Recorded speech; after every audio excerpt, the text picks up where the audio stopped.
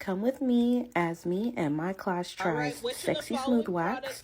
We started off with a Kahoot about hair removal and waxing, and whoever won first place got a bag of wax, which they were super excited about. And here's the winner. She gets her own bag of wax.